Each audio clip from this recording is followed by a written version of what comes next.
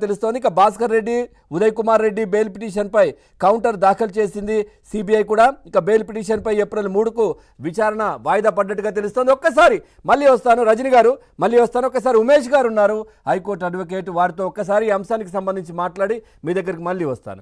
ఉమేష్ గారు ఏం చెప్తారు? ఇప్పటి వరకు చూసినటువంటి అంశాలు మనం చూస్తా ఉన్నాం. దస్తగిరికి అడిగే హక్కు లేదు. బెయిల్ పిటిషన్ దస్తగిరి ఎట్లా వేస్తారు? ఈ కేసులో ఆయన కూడా ఇన్వాల్వ్మెంట్ ఉంది, ఆయన అప్రూవర్గా ఉన్నారు, ఆయన ఎట్లా వేస్తారని అవినాష్ తరపు న్యాయవాదులు అడుగుతా ఉన్నారు. ఎట్లా ఉంటుంది సార్? సాధ్యాసాధ్యాలు ఏంటి దీనికి సంబంధించి?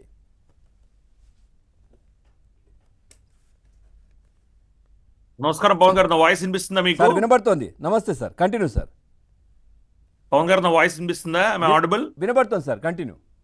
యా పవన్ గారు, ఇప్పుడు ఒక విషయం ఏంటంటే పవన్ గారు, బెయిల్ గ్రాంట్ చేసేటప్పుడు కొన్ని కండిషన్స్ ఇంపోజ్ చేస్తారండి.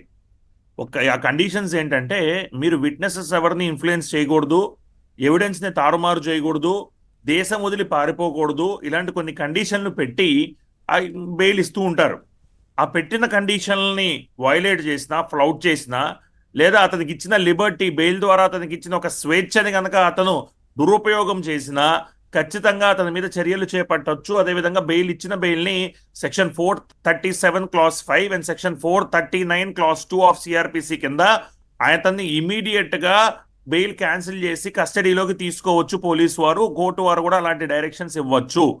అంటే ఒక్కసారి బెయిల్ ఇచ్చినంత మాత్రాన, అది ముందస్తు బెయిల్ అయినా, యాంటిసిపేటరీ బెయిల్ కానీ లేదా రెగ్యులర్ బెయిల్ కానీ, ఒకసారి ఒక వ్యక్తికి ఇచ్చిన తర్వాత ఎప్పటికీ అది నిలిచి ఉంటుంది అనేది లేదండి. ఆ బెయిల్లో కొన్ని కండిషన్స్ పెట్టడం జరుగుతుంది. ఆ కండిషన్లు కనుక అతను కంప్లై చేయకపోయినా, అతను కనుక ఆ కండిషన్లని రెగ్యులర్గా కంప్లై చేయకపోయినా ఖచ్చితంగా అతను ఎవరైతే బెయిల్ పొందారో అతను బెయిల్ క్యాన్సిల్ చేయమని న్యాయస్థానాలు తలుపులు తట్టవచ్చు.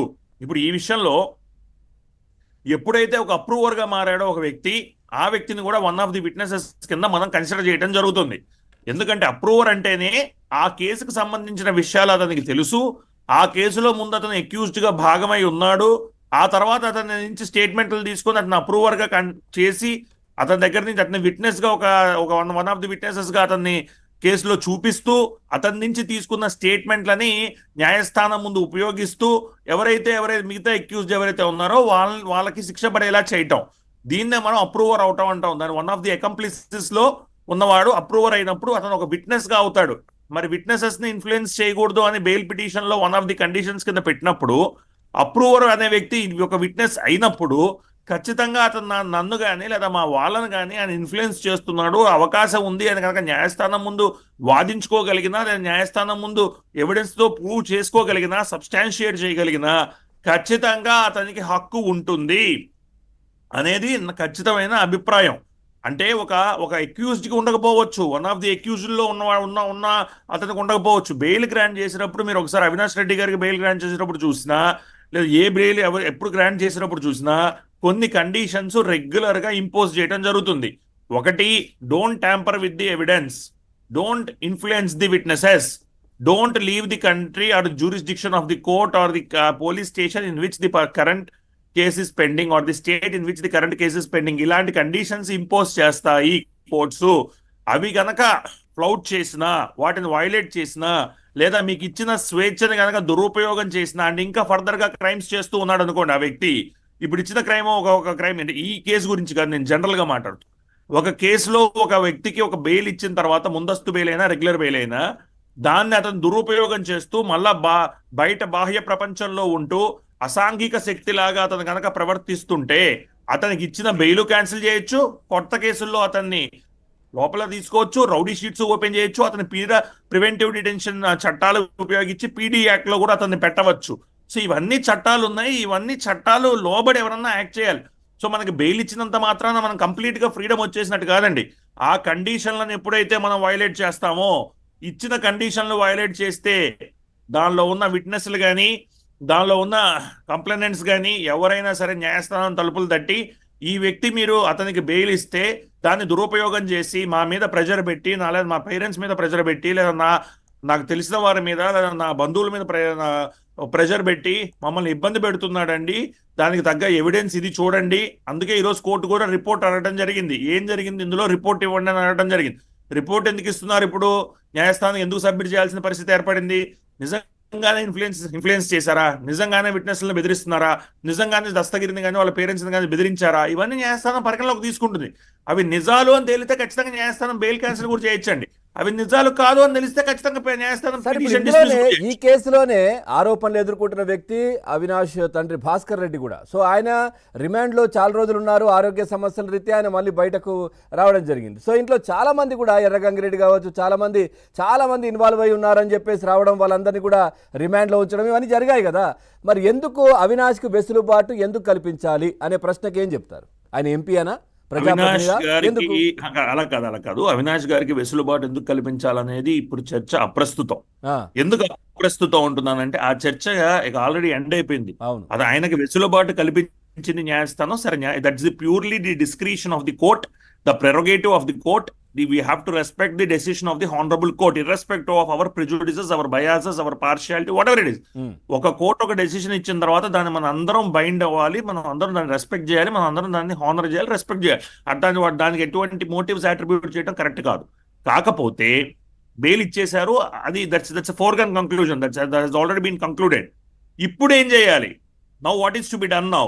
ఇట్లా విట్నెసెస్ ఇన్ఫ్లుయెన్స్ చేస్తుంటే ఆ విట్నెసెస్ వెళ్ళి బెయిల్ క్యాన్సిల్ చేయమని అడగచ్చా, అడగకూడదా అనే పాయింట్ మీద 437(5) కానీ 439(2) కానీ సెక్షన్స్ సిఆర్పిసిలో ఖచ్చితంగా ఇచ్చిన కోర్ట్ అయినా లేదా హైకోర్టు అయినా సెషన్స్ కోర్ట్ అయినా ఖచ్చితంగా ఆ బెయిల్ ని క్యాన్సిల్ చేయవచ్చు అనేది కూడా అదే ప్రొవిజన్ లో పెట్టడం జరిగింది. అంటే బెయిల్ ఇచ్చినప్పుడు బెయిల్ ఇస్తూ కండిషన్లు పెడుతూ ఆ కండిషన్ల అమలుకు నోచుకుంటే ఇబ్బంది లేకుండా అతనికి బెయిల్లో కంటిన్యూ చేస్తూ, ఆ కండిషన్లు అమలుకు నోచుకోకపోయినా లేదా అతను బయట ఉండి అసాంఘిక కార్యక్రమాలకు పాల్పడినా లేదా అతను విట్నెసెస్ ఇన్ఫ్లుయెన్స్ చేసినా, అతను ఎవిడెన్స్ ని తారుమారు చేయాలని ప్రయత్నం చేసినా, అతను దేశం వదిలి పారిపోవాలనుకుంటున్నాడు అన్న విషయాన్ని న్యాయస్థానం ముందరికి తీసుకొచ్చినా, అటు సమయాల్లో ఖచ్చితంగా న్యాయస్థానం అతను ఇచ్చిన బెయిల్ ఎందుకు ఇచ్చారండి?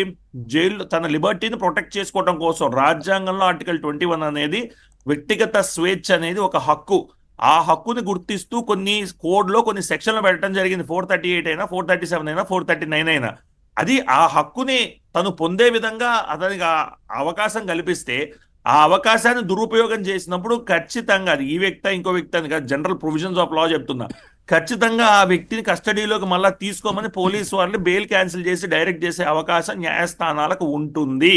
ప్రొవైడెడ్ ఎవరైతే పిటిషన్ క్యాన్సిలేషన్ వేశారో వాళ్ళు ప్రూవ్ చేసుకోవాలి న్యాయస్థానం ముందు, ఎస్ ఈయన ఆదేశాలతో ఈయన ప్రత్యేకంగా ఈయన చెప్పబట్టి మా మీద కానీ మా వాళ్ళ మీద కానీ దాడులు జరుగుతున్నాయి, ఈయన బయట ఉంటే ఇంకా అసాంఘిక కార్యక్రమాలు ఇంకా చేస్తారు, మా మీద ఇంకా దాడులు జరిగే అవకాశం ఉంది, సో ఇతను ఇమీడియట్ గా బెయిల్ ఇచ్చిన దాన్ని క్యాన్సిల్ చేసి ఇమీడియట్ గా ఈయన జ్యుడిషియల్ కస్టడీకి తీసుకోండి అని ఎవరైతే బెయిల్ క్యాన్సిలేషన్ వేస్తారో వాళ్ళు ప్రూవ్ చేసుకోవాల్సిన బాధ్యత వాళ్ళ మీద ఉంటుంది. The owners squarely లైజ్ on them అండి.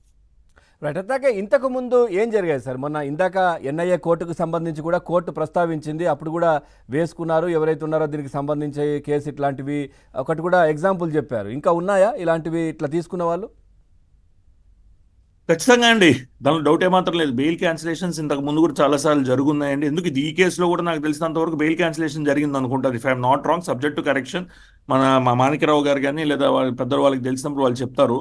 దీనిలో కూడా నాకు తెలిసి ముందు బెయిల్ ఇచ్చిన తర్వాత ఒక క్యాన్సిల్ చేసినట్టున్నారు ఒకళ్ళకి. సో దీనిలో బెయిల్ క్యాన్సిలేషన్ అనేది రెగ్యులర్ గా జరుగుతుందండి. ఎప్పుడైతే మనం విట్నెస్ కేసును తారుమారు చేయాలనో లేదా కేసుని నీరు గార్చాలనో ప్రయత్నం చేస్తే మాత్రం ఆ బెయిల్ని ఉపయోగించుకొని ఖచ్చితంగా దాన్ని బెయిల్ క్యాన్సిల్ చేసే అవకాశాలు ఉంటాయి. కానీ that is the satisfaction of the court is important.